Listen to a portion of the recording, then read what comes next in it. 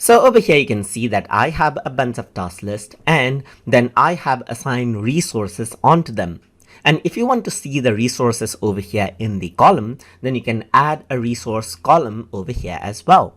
So to do that, you need to click on add new column right here and type in resource right here.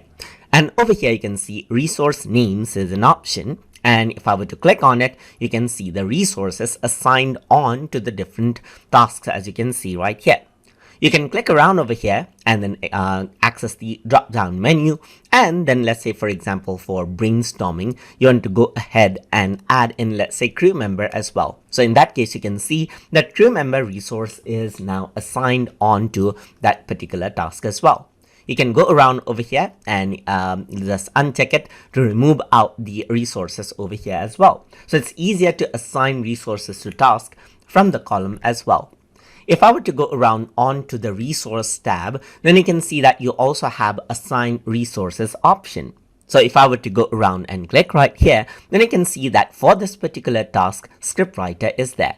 But you can go around over here and let's say I'm going to just assign a crew member right here.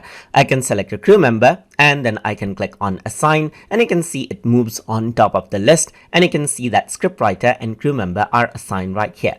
You can go around and remove them out as well, just like this, from the assign resource section over here as well. And that is how you can assign resources to tasks easily inside of Microsoft Project. So I hope you guys learned something as always. And as always, please like, comment, share, and subscribe.